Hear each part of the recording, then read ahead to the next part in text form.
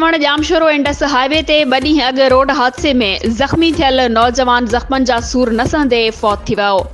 बुज़ुर्ग रूहानी पेशवा दिलबर साईं जे नौजवान पुट उमर शहाबुद्दीन जी नमाज़ मलीर दुंबा ॻोठ भरिसां सालिहाबाद में अदा कई वई। जनाज़े नमाज़ बुज़ुर्ग हस्ती दिलबर साईं पाण पढ़ाई। जनाज़े नमाज़ में सिंध समेत ॿियनि सूबनि जी अक़ीदतमंदर सवन जी तादाद में शिरकत कई। दिलबर साईं जे नौजवान पुट जे विछोड़े ते जनाज़े नमाज़ दौरान अक़ीदतमंद उछंगारूं ॾेई रोअंदा रहिया।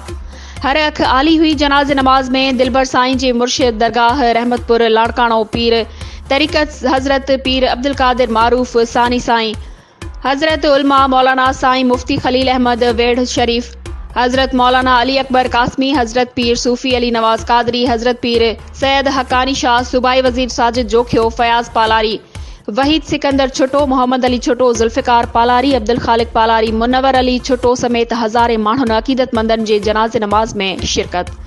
उन मौक़े ते अक़ीदतमंदनि चयो त रोड हादसे में शहीद थी वियल असांजो मुर्शिद उमर शहाबुद्दीन जे विछोड़े ते वॾो सदमो रसियो आहे। हीउ जवानी जो विछोड़ो आहे।